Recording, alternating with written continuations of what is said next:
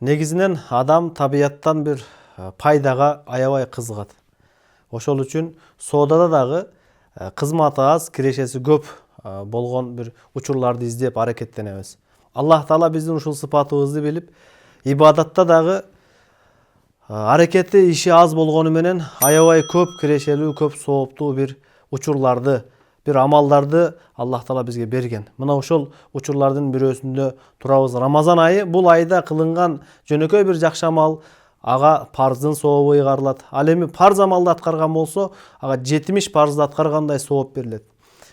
Дагы бир Аллах Тааланын мээрими, Аллах Тааланын берешендиги менен Рамазан айынын акыркы 10 күндүгүндө бир түн белгиленген. Ал түнү 1 мүнөттүн ичинде аткарылган амал башка түндөрдө 60 түн аткарылган ибадаттан артык.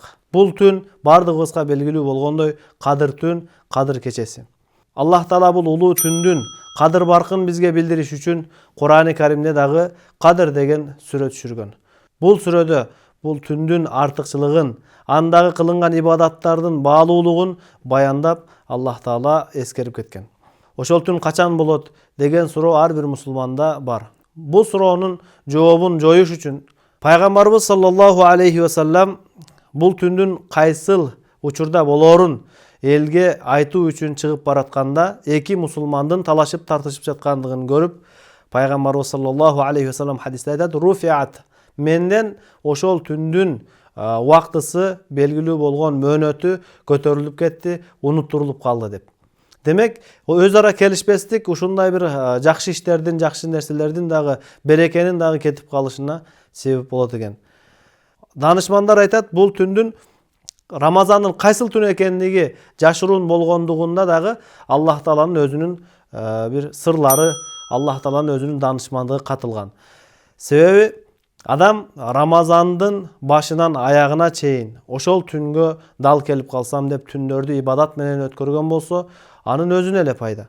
Жана ошол сыяктуу эле бир адам ошол белгилүү болгон түндө ибадат кыла албай калса, ал жыл бою өкүнүп калбасын деп Аллах Таала ошол түндү жашыруун кылып койгон.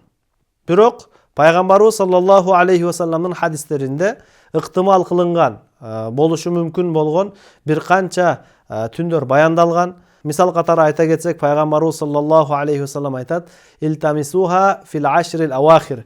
Силер акыркы 10 күндүктө, Рамазандын акыркы 10 түнүндө Кадыр кечесин издеп көргүлө деп айткан.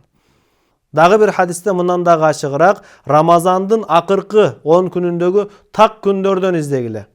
21, 23, 25, 27, 29 түндөрдүн кайсыл биринде ушул Кадыр кечеси болушу ыктымал деп пайгамбарыбыз дагы бир хадисте баяндап кеткен. Ал эми дагы бир хадиске көз сала турган болсок, пайгамбарыбыз саллаллаху алейхи ва саллям: "Силер 27 Рамазанды издеп көргүлө, мына ушул Кадыр түнгө дал келүүсү мүмкүн" деген хадистер дагы бар. Ал эми Дуррул Мансур китебинде Кадыр түндүн болгондугуна бир канча аламаттар, белгилер эскерилген. Мисал үчүн, күн баткандан кийин ошол асман жарык болуп, асман ачык болсо, жана аба ырайы дагы адамга жагымдуу, өтө суук дагы эмес, өтө ысык дагы эмес болсо, асмандан жылдыздар учпай, жана таң атканда күндүн чыгып жаткан учуру кудум эле 14 күндүк айдай болуп, нурсуз болуп чыккандыгын уламалар мына ушул Кадыр түндүн белгилери деп айтышкан.